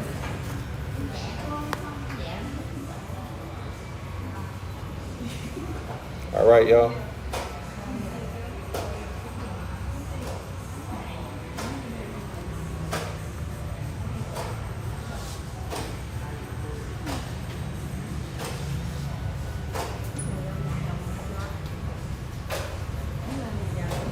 Small prisons.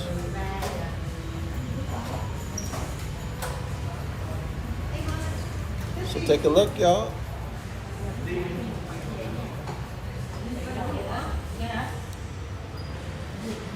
Small prisons for transgressors such as debtors, religious dissidents, drunks, prostitutes, homosexuals,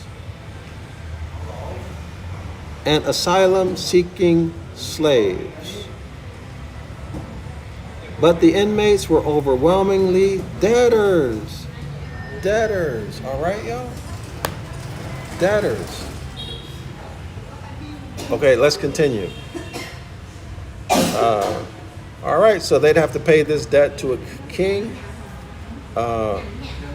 And to be further bound in securities, wow, of 1,000 L. I don't remember what that means. It's not pounds. Next time I do this book, I'll be sure to let y'all know. Okay, to be of good behavior for 10 years. This is a heavy penalty, y'all. To be of good, so this is like being on parole for 10 years for the next 10 years when they get out. And to be further imprisoned till such fine shall be paid. And such sureties found. So you need to pay the fine, and you need to come up with those securities for 1,000 L. All right? So that's very serious. All right? Very heavy price to pay for this revolutionary and seditious language. All right. So why did she say that all generations shall call her blessed? Why is it that no historical record ever, i.e., in all the world, not one recognizes the existence of this most wonderful personage called the Mother Mary, or the Virgin Mary, which the world ever had in it? Why is there no record? Y'all, why? Why do historians not talk about the Virgin Mary? Why are they always talking about Jesus, trying to prove that Jesus existed? Why don't we hear research about whether or not the Virgin Mary ever existed? Y'all ever thought about that? Let's think. Let's continue. Why is our reason patient? In other words, why are you accepting this BS? How come you're not mad? Why is our reason patient under the outrageous violence, psychological operations, psychological military operations, psychops? Honor the outrageous violence being required to believe that he who was to perform all virtue, this is talking about JC the Christ figure, to believe that the Son of God, Jesus, packed up his own flesh and bowels for immortality, while he left the mound in which he was cast, the lap in which he lay, the arms which had embraced him for worms' meat. What's the worms' meat? A dead body, right? The worms will decompose the dead body. He's talking about the Virgin Mary, his mama, right? Why is it that in exact proportion as the various denominations of Christians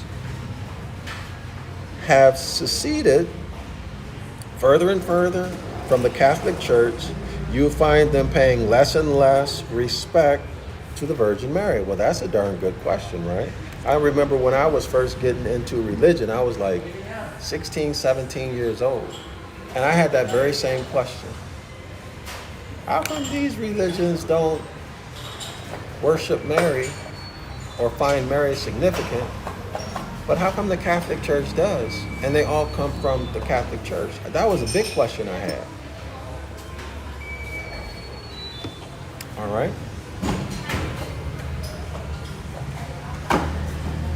Not have so much in the Church of England. Okay, so the Church of England, they not getting down with Mary the way the Catholics get down with Mary. All right.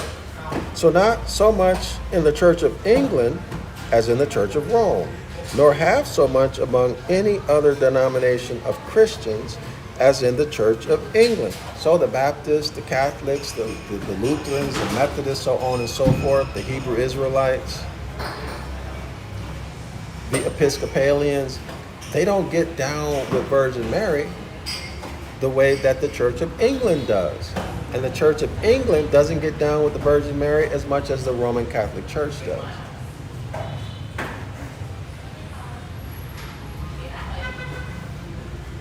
And among the Unitarians, none at all. So none of the Unitarians get down with the Virgin Mary.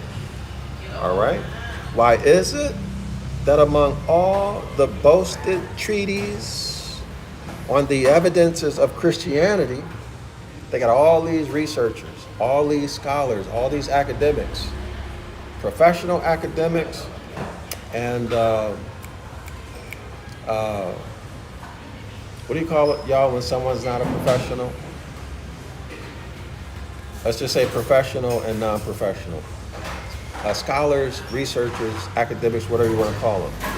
This is what he's talking about. Why is it that why is it that among all the boasted treatises, research papers, y'all, research papers, treatises, all the boasted treatises, all the boasted research papers, peer-reviewed articles on the evidences of Christianity, not one peer-reviewed article, not one research paper has ever attempted to prove the existence of the mother of Christ. Now, let's keep in mind, this was published in 1857. Some of these lectures were given as far back, I think, as 1829, 1830, 1832, something like that, okay? All right? Why is it that in proportion as the attempt is made to give historical basis to Christianity, all references to JC's mother is so carefully avoided?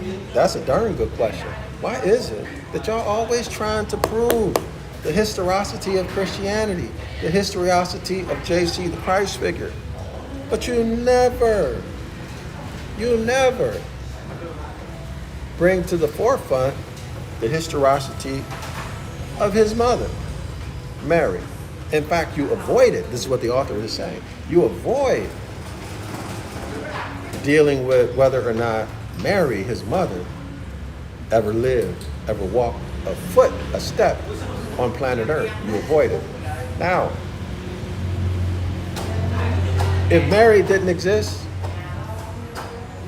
then that means she didn't have any kids. Right? If the historical Mary did not exist, she had no children. Which means that JC could not exist. All right? All right? So that's why they don't talk about it. Because they cannot prove that Mary ever breathed one breath of air or took one step on planet Earth. So they don't want to talk about that. But they can finesse you, create artifacts, make up stories, package it and present it as though it is real hardcore facts and evidence, present it to you in a form of academic or scholarly research. But it's all BS. It's all BS. Let's continue. Are not these questions which a man should ask? Absolutely. These are critical thinking questions. Absolutely. You should ask these questions before you give full faith and credit. And on which one should insist on being satisfied. So yeah, you should, not only should you ask a question, you should also demand a logical and a reasonable, or as we say in science, an evidence-based answer. Anything that's not evidence-based in terms of an answer should not satisfy you. You should reject it. This is what the author is saying. He continues, as he would wish to be faithful in the exercise of the faculty of reason. In other words, he wishes to do what? Exercise his faculty of critical thinking, by which alone he is superior to a brute. Okay? So your ability to what? Reason, your faculty of critical thinking, your faculty of analytical thinking is what makes you superior to an animal, or to a caveman, to a Neanderthal, to a hybrid troglodyte nigger, to a Han Uman. to a human, to a monster.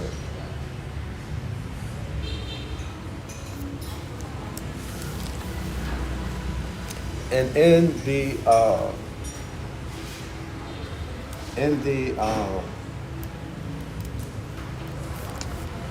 document, what's the name of the document? The King Alfred plan.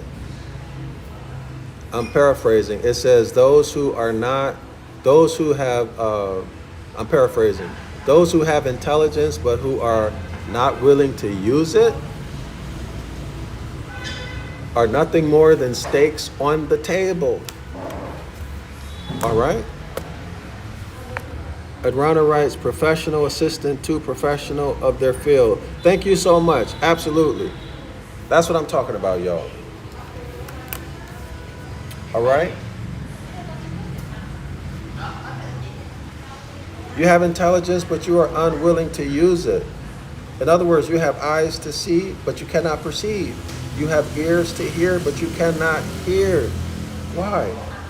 Because if you ever perceived and if you ever understood, you would have a chance to repent. You could repent and you could be saved. That's JC saying that. That's Jesus saying that in Mark chapter 4. So JC don't want you to do that. So he speaks to you in riddles and parables to keep you in a debtor state, to keep you landless, to keep you without an inheritance, to keep you a denationalized Latino, black, race black, African American, all of these labels, Indian, all right? Christianity is commerce. Christianity is commerce. And Christ is responsible for what? For the commerce. Christ is a messenger. In Greek mythology, it's Mercury. So Christ keeps you in bondage. Y'all remember the image I showed y'all a couple classes ago? With JC, the Christ figure, giving the Apostle John the denationalized Moor, handing him. JC had him in the palm of his hand. And the artist thought you were too stupid, we were too stupid to see it. And here it is. This is Jesus. This comes out of the JW or Jehovah's Witnesses book, Revelation, is Grand Climax. I think it was published in the late 80s or early 90s. Look at the face. That's the sun. Look at the halo. Y'all see those orbits? Those are the orbits of the planets. Look in JC's hand. You will see a denationalized Moor in the palm of his hand. In other words, Christianity, Jesus has taken the mind of the Moor. Y'all look at that. Do y'all see that? You see the black man? The denationalized Moor? Do y'all see him? In the palm of JC's hand? Do y'all see that? This is the same sign you see in Catholic. Look at the hand sign. Look at the hand sign. Now y'all tell me, do y'all see that African, black, this denationalized Moor, this Christian, this melanated person in the palm of Jesus' hand? Meaning Jesus has control over his mind. Eyes to see but cannot perceive. Ears to hear but cannot understand. Therefore, he can never repent and be saved. Now, look at John. This is John the Revelator. Look in both of his hands. In one hand, he has a bill. Y'all think he's purchasing? Do y'all think he's purchasing this denationalized Moor and then reclassifying him as black or Indian? Take a look at that. Or do you think this is a bill of attainder? What does John have in his hand? But this is a transaction taking place. Do y'all see that? This is a transaction. See, JC coming in the clouds. Y'all see it? Look at where his feet are. His feet are in the water. That's maritime admiralty law. His feet are in the water. Maritime admiralty law. Feudalism. He's bringing the law of the water onto the land. Can y'all see the denationalized Moor? This Moor who is asleep, Hiram Abiff, sleep, dead in the shallow grave with his head in the east in Aries and his feet in the west in Libra. Dead in his sins, in religion. This is Hiram Abiff, dead in a shallow grave. Is it clear? Can someone write a comment? Anybody got anything to say about that? Christianity is commerce. Y'all tell me, the Jehovah's Witness organization is supposed to be the Christian organization who gave Christianity its self-respect back. Right? They're supposed to be the ones who are squeaky clean. Bring the dignity back to Christianity. But yet and still, this is what you see in their book, that red book, Revelation, and its grand climax. They thought we were too stupid. They thought we were too blind to ever see this.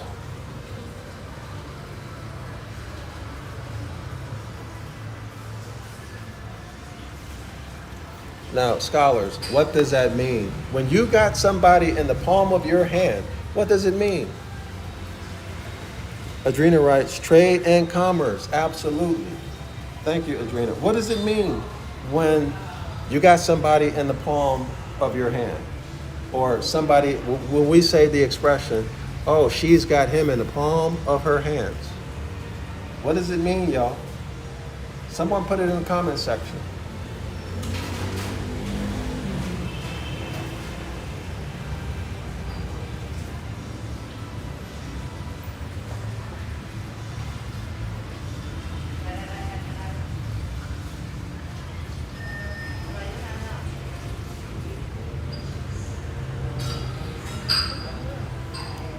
Okay, so according to Cambridge Dictionary, in the palm of your hand, what does it mean, y'all? Y'all read that out loud. In the palm of your hand, under your complete control. Under your complete control. So JC, the Christ figure, is saying, I got this nigga under my complete control. If I tell him to jump, he says, how high? If I tell him to go fight, he goes to war. If I say, go in that prison cell, he goes in the prison cell. If I say, go lay down, if I say, give me your land, whatever I say, he does. That's my BITCH. Under your complete control, whether you respect him or disrespect him, like a dog.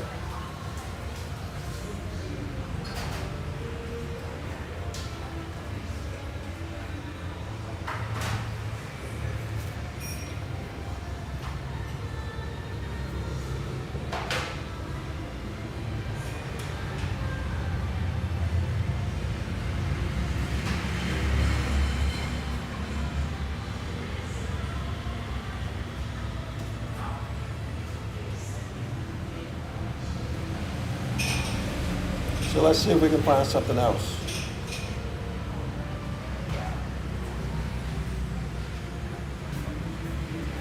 Okay.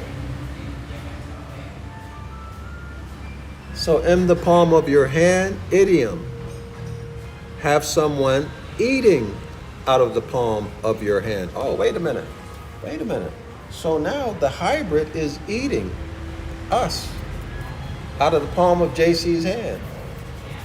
If we look at it that way, to have complete control over someone and to be able to make them do anything you want. Listen, read that. Make your correlation. To have complete control over someone and to be able to make them do anything you want.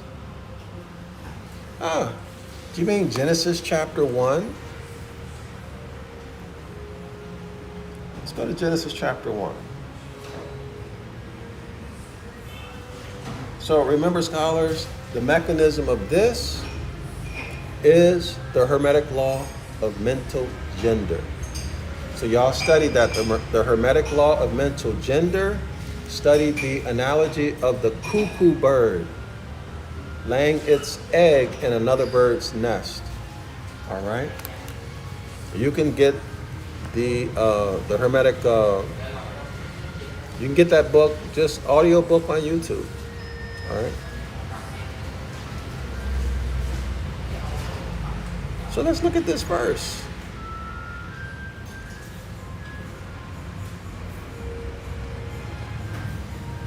Genesis chapter 1, verse 28. And God blessed them, okay? And the Elohim and Yaqub and his 12 feminine staff scientists, as we learn in the Clock of Destiny, I think it's 1 or 2. And the Elohim and Yaqub and his 12 staff scientists blessed them and said to them, be fruitful and increase in number. Fill the earth and subdue it. Conquer it.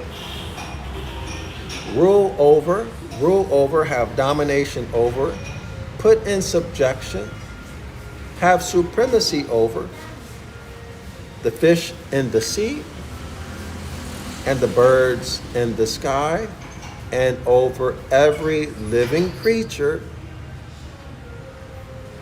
that moves on the ground. That would include the Genesis chapter 2, verse 7, man and man with the womb, who are sprung from the soil and who, what? Walk, ambulate on the ground. Do y'all see it?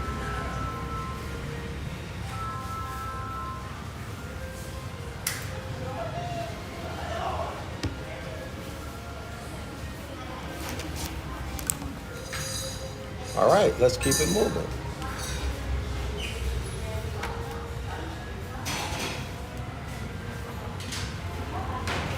Where am I, y'all?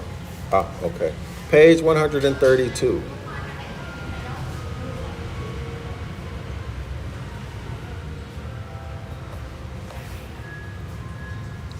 And does it become a man?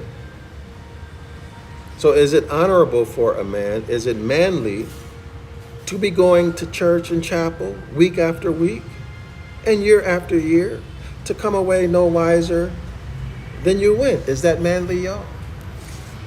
Is that manly? You're going up in here for decades, consistently, frequently and consistently, twice a week and on Sunday, for years. And you don't know nothing but nothing. All you know is Christ crucified. And I love Jesus. I heard, and it tickled me. I heard Jordan Maxwell say that.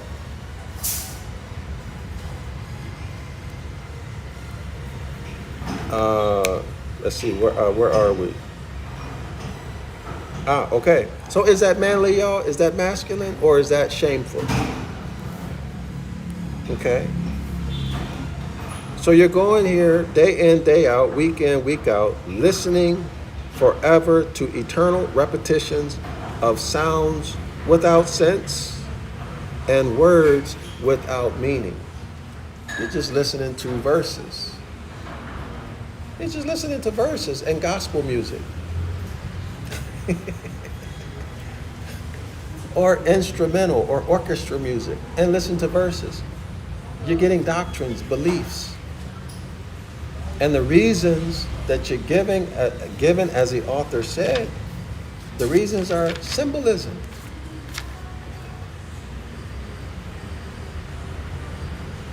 In honor of 12 patriarchs, in honor of the 12 tribes of Israel, in honor of the pillars of the temple of Heliopolis, in honor of the 12 altars of Janus, in honor of the 12 great apostles. Okay, so on and so forth. As we would wish, I'm skipping sentences. As he would wish to be faithful in the exercise of the faculty of reason, in the exercise of the faculty of critical thinking, okay? Which would include analytical thinking, because we're talking about the faculty of reasoning, by which he alone, or by which alone he is superior to a group. So it didn't give you any reasons. But it sure did sound good. It sure was elegant, right? Like MLK. His speeches sure did sound good, but they had no meaning in law. Other than what? Other than keeping you in bondage, all right? Actually putting nails in the coffin, right? Like getting you to agree to the whole civil rights and 14th Amendment game. Anyway, let's continue, y'all. So these are words without meaning. We call that nonsense. If learning be better than ignorance, and wisdom better than folly, in your apprehension, remember all ye have ever heard elsewhere. In comparison, so compare and contrast, in comparison with what now ye shall hear. In other words, remember all of that religious doctrine about the Virgin Mary. You don't know what it means, but it sure did sound good. Now, compare that to what the author is going to tell you in this lecture. And you make a choice. You come to a conclusion using your critical thinking mind, which answers these questions. The belief systems and the doctrines and the good music. Does that answer the questions? Are the questions that are answered superior to the answers that the author will give you in this lecture? Or does the information that the author give you in this lecture answer those questions and answer those questions better, far better than what your religious doctrines answer these questions? And then you rock whichever one gives you the best answer. The best answer is not based upon what you feel most comfortable with, because it's close or similar or the same as what you believe. No, the best answer is based on critical thinking, right? The answers coming from facts and evidence, observation and experience, so on and so forth. All right, so if you don't remember the definition of critical thinking, y'all go back and watch this video again, or just Google search it. All right? So let's continue. Now, what's wrong, if anything, with the author telling you to compare the facts and information that he's going to give you to what you've learned in your churches and in your camps and synagogues and mosques and temples? What's wrong with that, y'all? There's nothing wrong with that. Nothing wrong with that whatsoever. How does that hurt your relationship with God. How is that devilish? How is that of the devil? Adrana writes, programming and a system they rely on other than understanding our full firm faith and credit. Absolutely. I agree 100%. Absolutely. Absolutely. So, scholars, if anyone has a problem or tells you not to study this, well, you should already know where they're coming from, right? Maybe what they're really saying to me is, get your hands out my pocket. Meaning that by giving you this information, you might stop giving them your money. Get your hands out my pocket. Pop, pop, pop, pop, pop. Y'all remember that? How they assassinated Malcolm X? Remember that? You messing up our money. Don't wake these niggas up. Okay, page 132, continue. And do yourselves the justice, be good to yourself, be fair, be good to yourself, be fair. Do yourself the justice to reject the evil, reject the ignorance, reject the darkness, and choose the good and choose the light. JC said, I am the truth and the light. Anybody who wants to come to the Father must come through me. I am the truth and the light. Anybody who wants to go to the Father must come through me, the truth. So don't reject the truth. And how can you reject the truth if you never hear it? So don't let someone stop you from hearing the truth, or even what might be the truth, by scaring you, by saying, oh, it's of the devil. All right? No, it is of their greed. It is of their want to control you and take your money, or get you in the bed for sex, or get your children, your heirs in the bed for sex, or your woman, or your man. A lot of these pastors are, they, as Fred Sanford used to say, like this.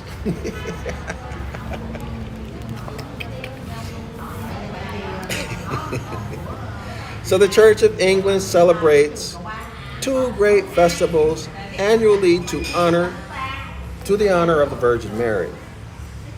The one on the 2nd of February, called the Purification of Saint Mary the Virgin, and the other on the 25th of March, called the Annunciation of the Blessed Virgin Mary, or Lady Day.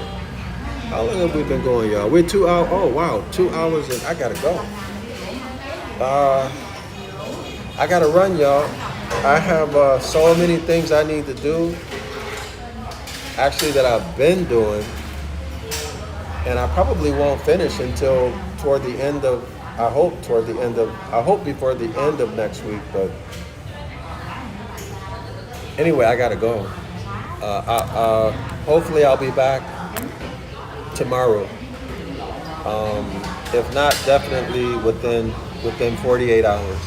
But I got a really packed schedule. Assalamu alaikum. Islam to all the Moors. Shalom, y'all. Thanks for being here with me. I hope y'all learned something.